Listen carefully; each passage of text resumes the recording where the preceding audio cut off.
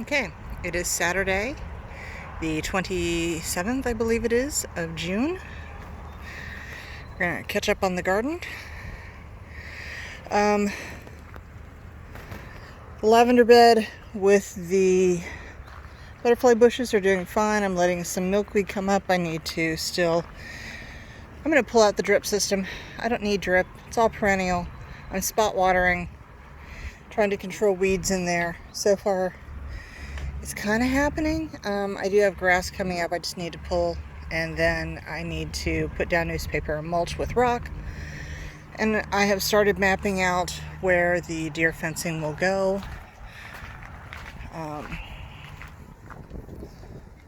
There is sort of a white line. There's been mowing, but it goes to the edge of the shed. Okay. Rock garden is always doing well. It's happy. The pollinator bed is starting to explode with color, which is great. Lavender's been lovely. I've got my dead bug brew, a lot of dead bugs. The Amazel basil is not so amazing. Good Lord, it doesn't do anything. But I do have ginger coming up in a few spots, which is exciting. And the other perennials, including the bee balm, which I love, are all coming up. Very happy bed. And then, of course, the ridiculous row of rosemary, which is awesome. Finished the base of the shed so that we can get in and out easily. And to continue this, the fire pit area is underway. That will continue shortly. Things are doing pretty well. I have harvested my garlic. I could point that out, but I have separate pictures. The pea plants are not doing that great on the front ones. I have no idea why. Pretty much getting everything the back ones get. A little less water. I'll pause for Todd. Once again, it appears that I'm going to be video bombed by Todd. The Suncredible sunflowers are doing quite well. They are prolific. Still waiting on my perennial pseudo sunflower to come up, but it is certainly bushing out. The beds are doing well. The strawberries are exploding. I needed to get the cage extensions. They're on back order, so they're all crushed. So I'm probably just going to have to let them out and let the bunnies at them. Rosemary's other things are doing well.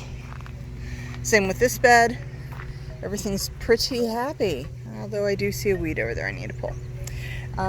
I do have one grape that is starting to climb its way up the arbor, which is exactly what I wanted for year one. And I have, ooh, yay, he's not dead. He has new leaves. So it looks like all four may actually survive. That one's still in question, but it's better than it was. Peas are prolific. They're just coming along. It's so much easier to spot the purple ones than the green ones I've found. And I'll pause. Okay, the parsnips are looking pretty good. I have spotted some black swallowtail butterflies on them. There's been a little bit of eating, but that's fine. I share with them. They've also eaten a little bit on the carrots, but I have so many carrots it doesn't really matter, and that was the whole point. I've already pulled some turnips and given them to Celine. I need to do a little more pulling, thinning for the turnips. I'm going to see if I can figure out what's going on with kohlrabi. Who knows? And then the beets are starting to have some that could be produced. And then the salsify is in the back row. It's looking good. But what's exciting is the front row, which has some cucumbers and a few more beans. And this side of beans is just starting to take off. Wow, they're climbing away. And we do have beans. It's kind of exciting. The three sisters are happening. The corn is massive. First tassels that I'm seeing right here, which is kind of cool. I have one sunflower. And then in the bed, I do have interspersed in there some watermelons that are coming up. I will pause. Okay, so we do have the watermelons coming up. The potato bed is, a few rows are getting close to their harvest target. I need to go through, do a little bit of checking. I saw a few little potatoes trying to peek their heads out a while ago. I pushed them down. Pause. So a little more investigation on those. I have to verify which rows are which so I know which ones to harvest. But it looks like it will be a good yield if what I've seen so far is any indication. So the onion field is doing well, and I'm going to put in the flowering onion there just to get it out of the grow bag so I can move the soil. Lettuce is bolted. I'm letting this one go to seed just because I'm curious. The others I will harvest a little more. We'll have salads again for a few days, and then I'll pull those to put something else in. Celery is starting to get stiffened up and grow like celery, and then the celeriac, whatever, is starting to form bulbs. So it's not easy to see,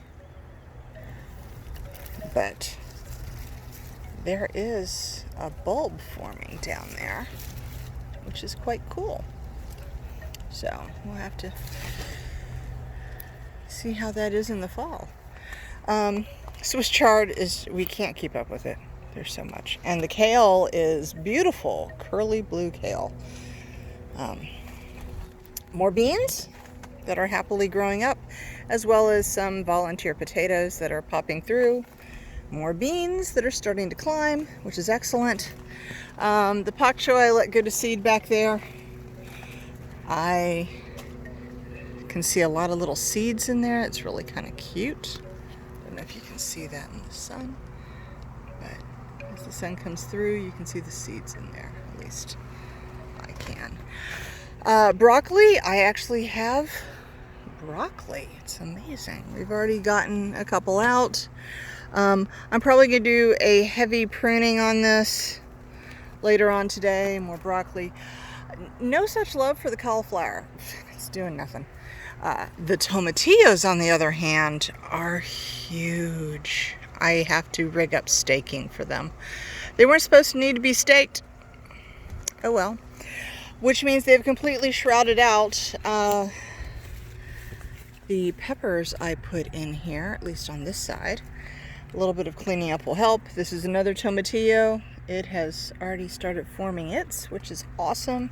I did hear you have to put 2 in at least to get decent pollination, and I seem to have it now. The eggplants are rebounding from the horrible little flea beetles, whatever they are. But I look at them right now as a sacrificial plant. And then we have the tomatoes. I pruned these 3 days ago so that I could see in through the jungle, and they have leafed out to the point that they need to be pruned again. And this is just one section. The Rutgers are nice and tall, filling out. These are the Manitobas. Again, lovely little clusters. I think they're medium-sized. The Rutgers, I think, are supposed to be rather large. If you look farther down, there are some bigger specimens at the base. I've got the Proven Winners that is the medium size, kind of like Aroma. They're coming. This is, it has buds. I see no tomatoes yet. Oh, I do see a tomato. It's coming. It is their large tomato, and then the cute little heart-shaped cherry style, which has a ton of fruit. Then you get over into some of the other ones I grew from seed. I'm gonna stand back for a minute and just say, my God, the amount of fruit that is going to come off of these is shocking. So I aired, the back row is the indeterminate. I have to do a little more pruning and staking for them. A lot more staking for them. They will actually grow until the frost. and I've got to find a way to deal with that. The front run is another golden nugget, so it's cute little yellow cherry tomatoes primarily, with some early cascades, which are a little more medium-sized.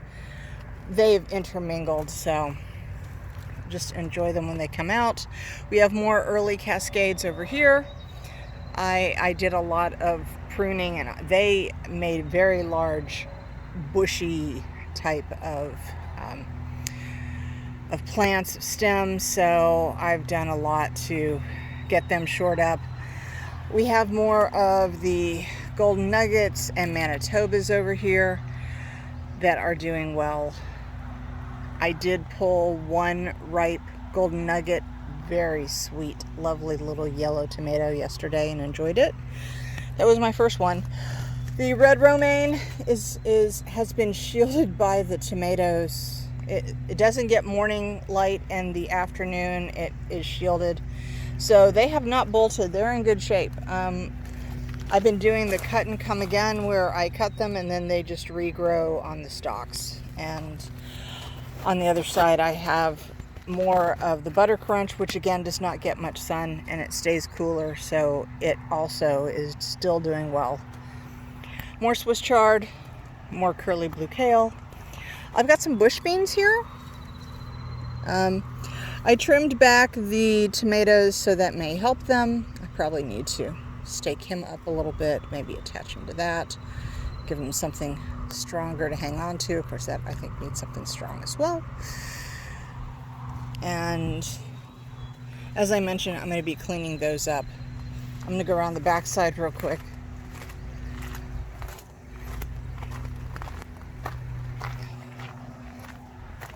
Big windstorm, trying to knock back the grass and weeds under where the gravel path will be. The salsify, very grassy like texture, but since I'm more interested in salsify than beets, I am trying to keep them free of everything. There's the back side. I have some amaranth coming up, no clue. We'll see how it goes. And I got a little ladybug hanging out on the amaranth. Very cute. It, I think, liked a little bit of shade. Put that back. This will be part of my task today, to tame these, stake them. It's nice to be able to continue to have a harvest of tomatoes after all of the determinants are done. As mentioned, more lettuce. Again, it's fairly protected, so it's not bolting yet. Spinach. Of course, intertwined with those are marigolds, which have done well from seed. I need to obviously take down this spinach and dehydrate more. I'm making dried powders that we can add to smoothies and soup stock and things like that. I do have a front row of peppers, that these that get the most sun. This is facing southeast. They have some blooms. As you can see, I have tomatillos that the blossoms are falling off, but God knows I have enough. I'll be fine. And the bees have discovered them, as well as some other stuff, but they are getting pollinated. That's good. So we'll just have to see how it all comes out. I may be making a lot of salsa to can, tomatillo salsa in particular. This is the back side of the pak choi.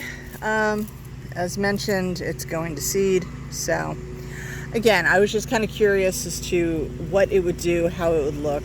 Technically, these can still be used in stir fry. They're soft enough. Stir fry them up, you get a little bit of crunch. They are kind of cute.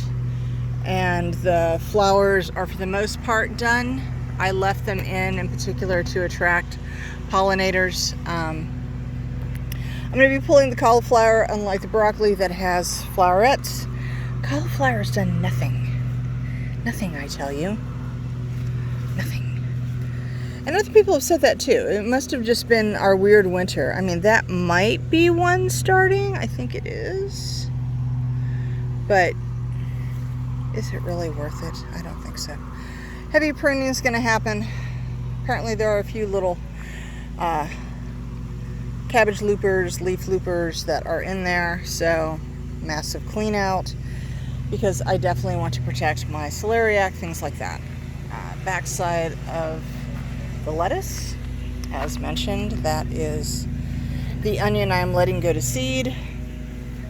I'm just going to pop it in here later on today, and then I can put that bag into one of the cold frames that I have started. I'll walk back that way. I've already cleaned out one of the garlic bags and filled the dirt, or filled it with that dirt. It's not enough, but it's a start. It's a good base.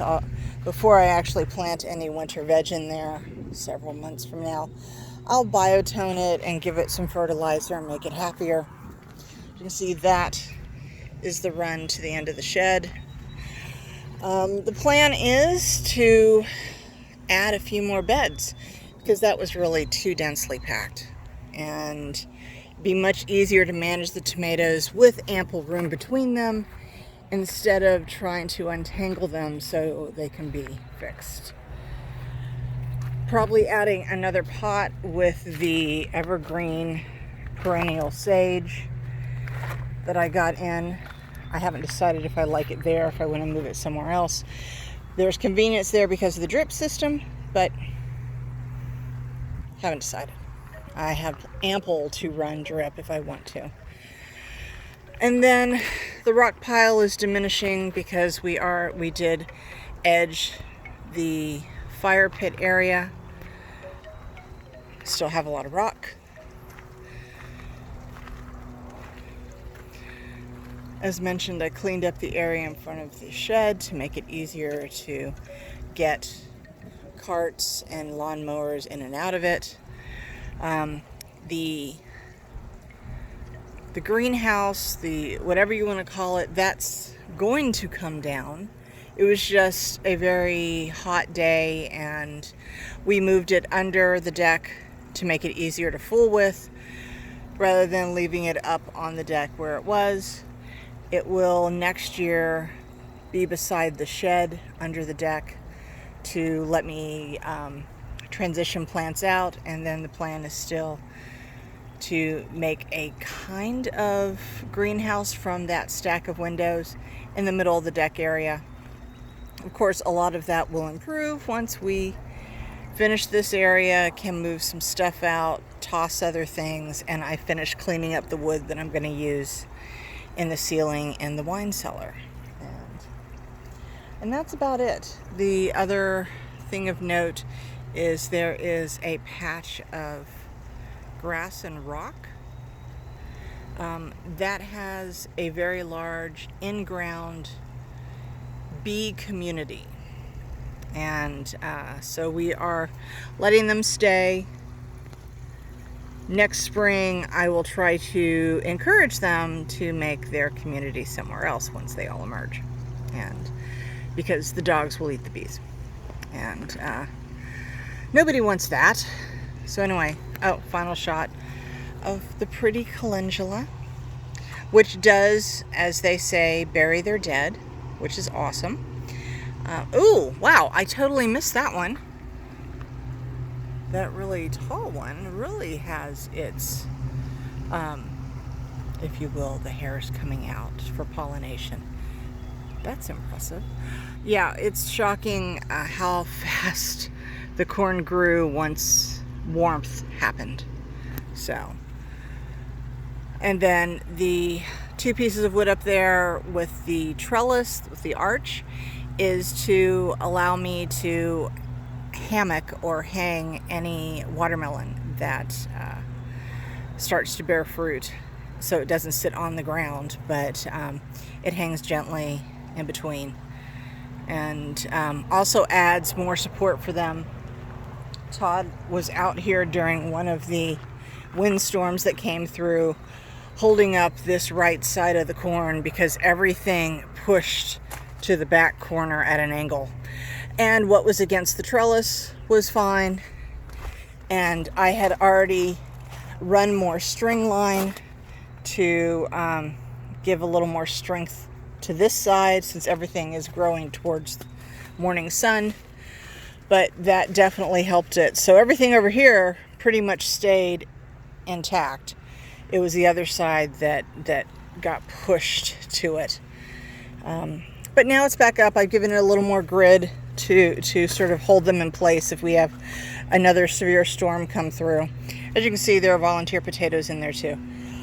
I can't harvest the potatoes in this bed until everything else is done, so who knows. That's an experiment. Another experiment. Yay. I'm looking forward to this trellis, though, being covered. I think that will be very cool. And then this side will be the cucumbers and a little more beans, things like that. I'm not quite sure. I threw out some beans early, bush beans, and they didn't seem to do anything. And I think this one might be one of them. And I guess it did come up, but unknown. Oh, great. We have a grasshopper. So, hi, Guy. So anyway, that is the status of the garden. It's looking good. Pollinators are happy. All the perennials survived. I spent part of yesterday putting on targeted burnout for things that are coming up where they shouldn't. And I also started to establish a path to come out of here over to the back door of the garage, which I'll be extending the gravel along there. There's gravel. To make it an easier, more friendly path around, because we have a lot of soil that will not grow anything, in some cases not even weeds, and it's just mud. So it's always easier to move around when you're not going to track mud into the house. There's plenty of opportunities to do that too. Alrighty, I think that's it. Todd's off mowing. I'm about to start or to continue work on the fire pit area. Looking forward to that getting done and burning the pile. More later.